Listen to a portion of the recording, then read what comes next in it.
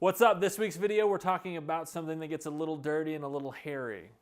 We're talking about inspection reports and why they're important and what you need to know. Here we go.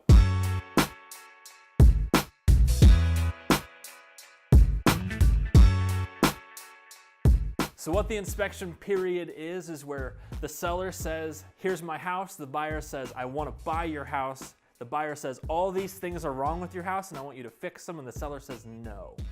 That's basically what people think happened.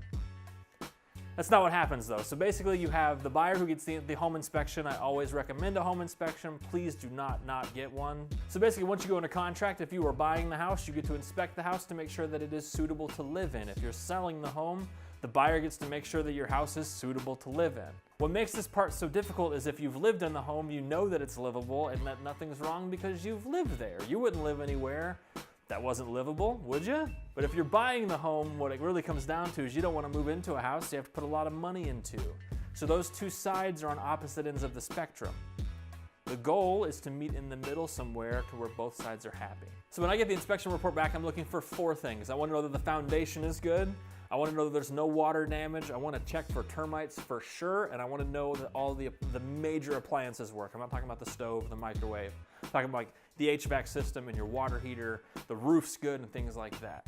I'm not so much concerned with door pulls or fan pulls or there's a little nick in the wall or that color is painted. Those are things that you can work through. It's the big things that we're worried about, not the small stuff.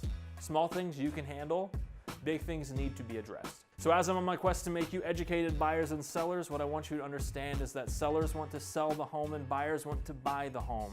So if you dig your heels in, you're not gonna get the deal done and it's gonna be pretty painful. If you're a buyer, just remember that the sellers live there for a very long time and it's their home. You can ask for stuff and there are some things that you have to ask for.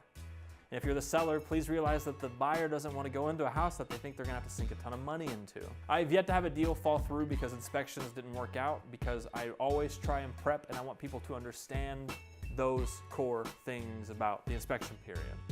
So as long as you keep that in mind, you can meet in the middle and both parties will be happy.